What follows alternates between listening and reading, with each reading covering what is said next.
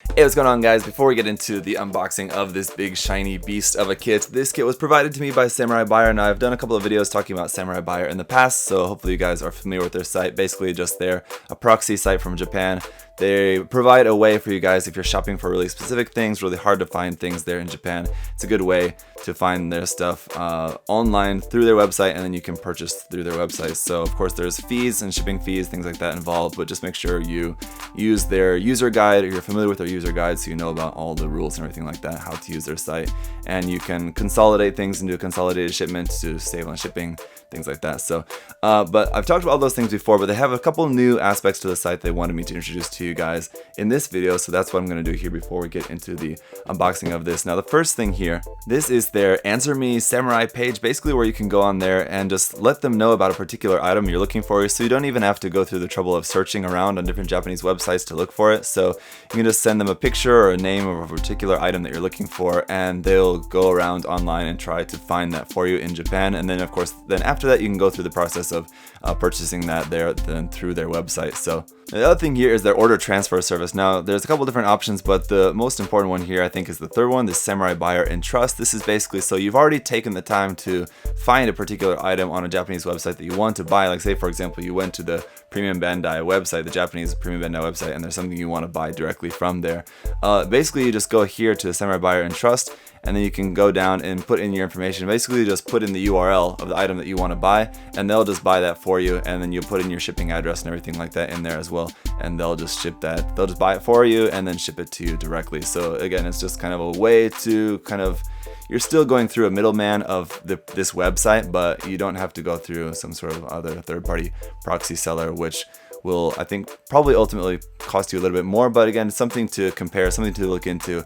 This might be a good option for you if you're interested in buying these sort of things. So those are the new features to their site they wanted me to introduce to you guys. So check those out if you're at all interested. The link to the site, of course, will be down below in the description. And so with that out of the way, and thank you guys all so much for your patience with that, let us get into the unboxing of this shiny boy. Alright guys, here we have the Master Grade Sazabi Ver.Ka, the Gundam base limited special coating version. So obviously this is a Gundam base limited item, and it's special coating. So basically anything special coating from Bandai is going to be almost double the price of whatever the base kit was. And the Master Grade Sazabi Ver.Ka, obviously, as you guys know, already a very expensive kit. So this is a pretty pricey kit. List price on this kit is 18,000 yen, or around $180 for this, if you can get it for around that price. Obviously, going through third-party sellers, different proxy sellers or anything like that is going to be costing you a little bit more than plus the shipping and everything, so it's going to be a very expensive kit to get. But that said, it is a pretty dope looking kit. Now personally, I don't really usually tend to go in for like special coating versions or metallic versions of kits or clear color versions of kits, just because they don't really do a whole lot for me personally. Honestly, don't really just like the look of them. But this one, I saw it on display at a Gundam base sometime last year, and I thought that looks pretty good. I was pretty impressed with how it looks. And so of course anything like metallic coated or something like this is the kind of thing that you can pretty much do just by painting it on your own. If you're so inclined, you have the skill and experience to do a proper metallic paint job on your own. But having it like this, it just kind of saves you that extra step, of course. So actually what I'm thinking about doing for this is just keeping all the red parts in there and just like not painting them, just keeping them as they're just coming straight out of the box, so long as there are not too many nub marks showing, which I don't think there's going to be too many of them. And then just repainting everything else, everything that's like black and gray frame parts or anything like that, just painting that, and then just keeping all of the armor parts as they are. So pretty cool boxer here. It's obviously just like the same box as the standard kit, but it's got all this metallic shine to it, and then at the bottom you just have the Gundam base logo there. On the side of the box, going to be pretty much the same thing, all shiny, silvery, metallic with the Sazabi and the Gundam base logo. The top and the bottom of the box are a little bit different from the original kit though. It just got this bit here about the Gundam base Tokyo. You got the front and rear view there. You can see there you can see it looking all shiny.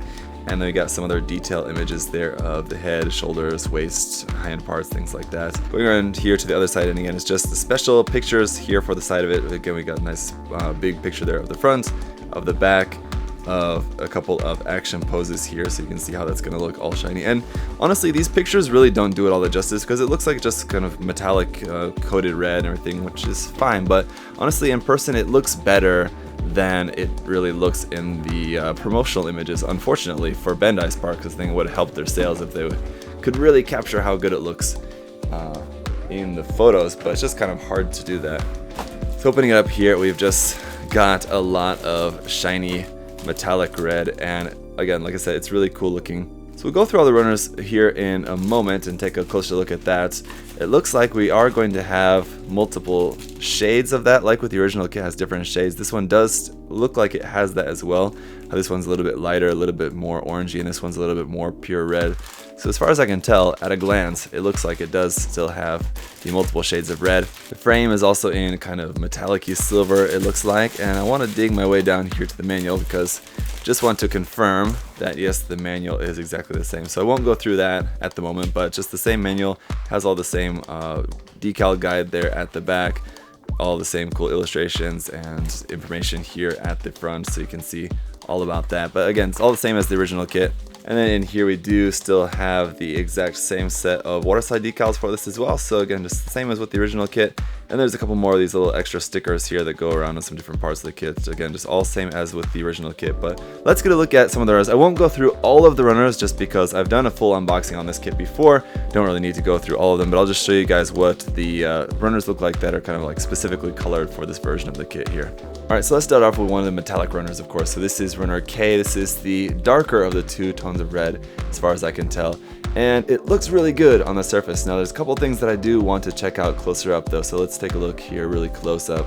It's going to be kind of hard to see just because of the shininess of these parts, but you will see some sink marks on these, so you can see those little lines on that part. Over here on the thigh part, you see these like lines going across there, and that is from sink marks from the detail on the inside of the part. So just because of the nature of the molding process, you have these natural sinks. Now if you were going to just buy the regular kit and paint up yourself, this is the kind of thing you could avoid by just sanding this. So that's why we just do tons of sanding on kits, so that's just to get rid of things like that. And like here, fortunately this is just a piece for like the bottom of the foot, so it doesn't really matter, but you can see how there's just like this kind of inconsistency, is that it looks like it's just kind of flooded or something like that with the actual coating, but I think that's just because of the molding of this part, so it just kind of looks a little bit off. It doesn't look completely smooth. It's just the kind of thing, again, if you were painting this by yourself, you could make it super duper super smooth and just do a really super like professional job on that. But on the other hand, I think once this kit is all together and you're looking at just this big red shiny Sazabi, no one's really going to be looking that closely at it, I feel like. But the other thing I'm a little bit concerned about is how well this is going to attract fingerprints, or how easily fingerprints are going to be noticeable on this. And at first glance, it doesn't seem like fingerprints are going to be really noticeable on this at all, so that's good. And the last thing was that I couldn't remember how much of this kit was undergated or not, and unfortunately it looks like a lot of it is not undergated, so you will have a lot of noticeable nub marks on this, I think. Now again, like I said, I saw this in person. I was really impressed with how it looks. I didn't think that the nub marks were really all that noticeable on it, so we'll take a look at that, of course, in the review, see how bad they are. There's going to be some, of course, if you're looking at it up close, but I don't think it's going to be really ending up looking too bad. We'll see in the review anyway. Now this here is runner G, and again, just for a comparison, here's the two colors next to each other. It's kind of hard to tell, but it definitely looks like there's two different colors red. This one is more pure red, and this one is a little bit lighter. Now I'm not sure, but it seems like the downside to this lighter spraying is that they probably use maybe the same color or just a slightly different color, and just for the darker red they just did multiple coats of that to make the red darker, whereas this one they just maybe did one simple coat, because you can see around on some of the edges, it's really gonna be hard to see on camera, but on some of the edges you have just this space where you can see the paint isn't like really fully covered. So you can see like on the inside edge of this how there's a little bit of that, so you can just see like just the metallic silver underneath there, and the red is not super well covered over that. Over here, like for example for these parts for the legs, on the inside of these details, just anywhere where this paint can't spray on directly, you'll have a little bit of that, sort of like a shadow. It's sort of a shadow of where the paint couldn't spray on there directly is going to not have full coverage on it. And some other changes from the original kit. This runner is runner D, which would originally have been just in black, is in a really dark gray with some kind of metallic speckling in there as well. It's not really noticeable, but if you take a look up close, you can see that it does have a little bit of that metallic shine to it because of just the metallic flakes I think are just injected into the plastic for this. So it does look pretty interesting. And then as well, runner B2 here, which would be all of our yellow parts for the kit. This is now not in yellow, but now in molded gold. So that's going to be, you know, a lot of people don't really like the molded gold, but it's just a bunch of little parts, so it's not really going to be all that noticeable, I feel like, compared with the rest of the kit. And And then here's runner N. With the original kit, this would have been just like kind of a standard gray color, but as you can see, this one also is sort of a metallic-y silver kind of gunmetal gray color here for this, so this will be looking pretty nice. But otherwise, that's pretty much it. This A1 runner is in silver, but this was also silver with the original kit, so it's not actually changed. But I just think that one thing that they maybe could have done was maybe to make this in like a chrome coating, just so that would make this just a little bit different from the original kit. But still, these parts look really good in the finished kit, you know, whether it's the standard version or this particular version, so it's not any loss by any means. So that's it for the unboxing, guys. This is going to be one epic kit when it's all put together. A little bit concerned with how, you know, some of those parts look, but I think, like I said, once it's all put together, it just looks like a big, shiny red Sazabi, and so it just looks cool.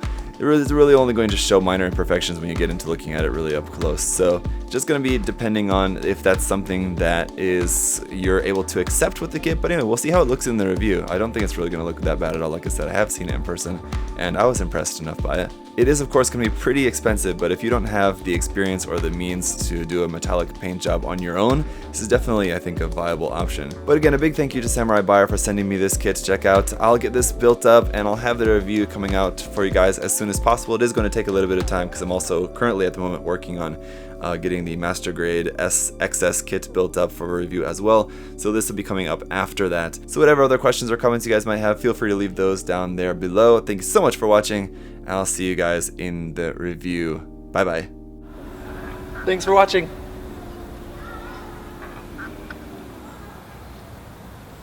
See you next time.